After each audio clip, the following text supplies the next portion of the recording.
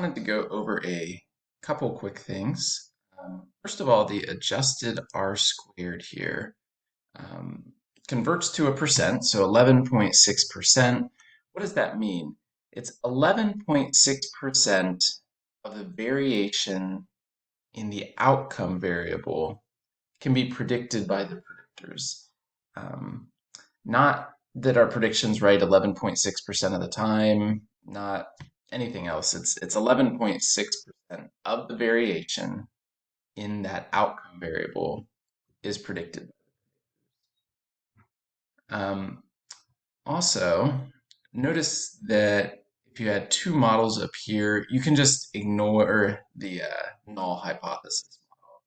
Ignore that line completely. Focus on H1. So many of you figured out to use these numbers in your equation, your regression equation, correctly. Um, but you weren't quite sure what numbers to multiply them by.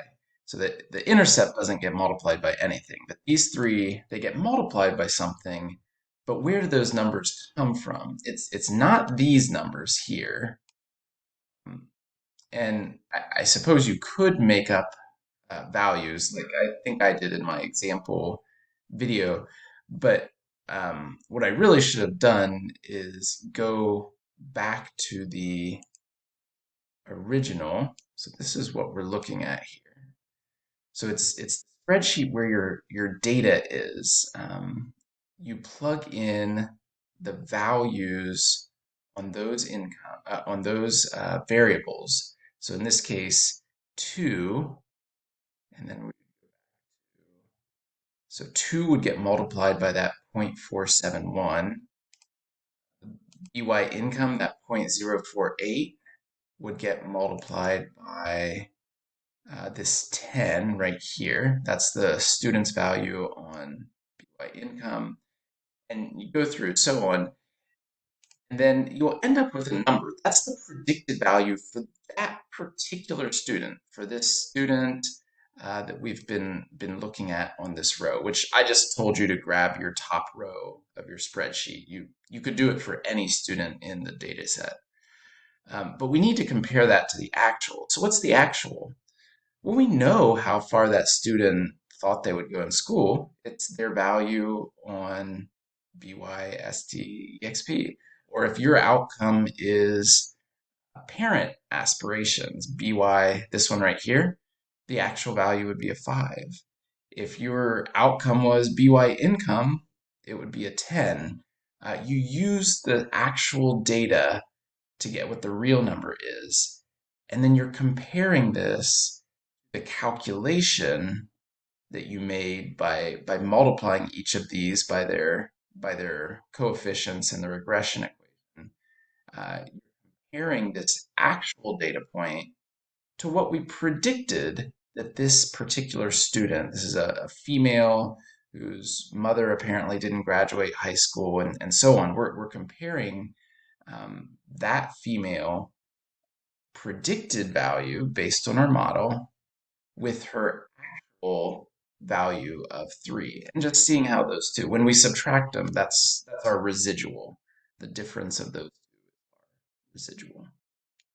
The final thing to mention, if I pop back out here, how to interpret these numbers. So in my video, my outcome was something that was a percent. I'm forgetting what it was now, but it was a two variable scale. If your variable is not a percent, you look at what the outcome variable was for you. What were you trying to predict?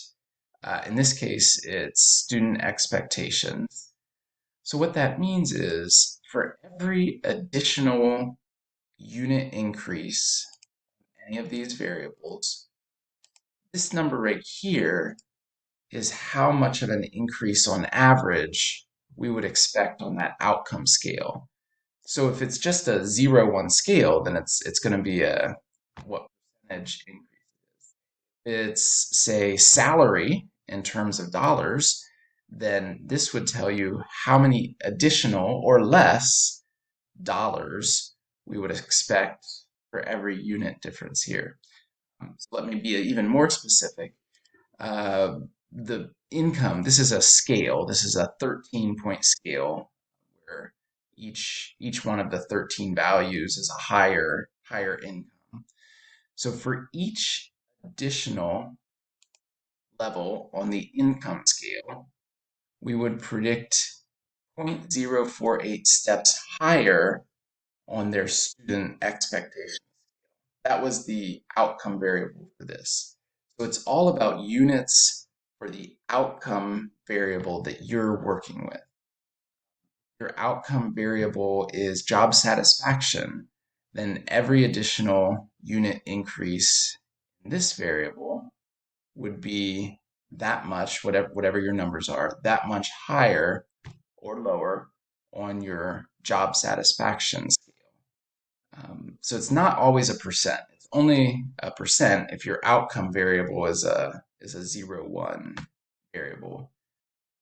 If not, you have to use the units of your outcome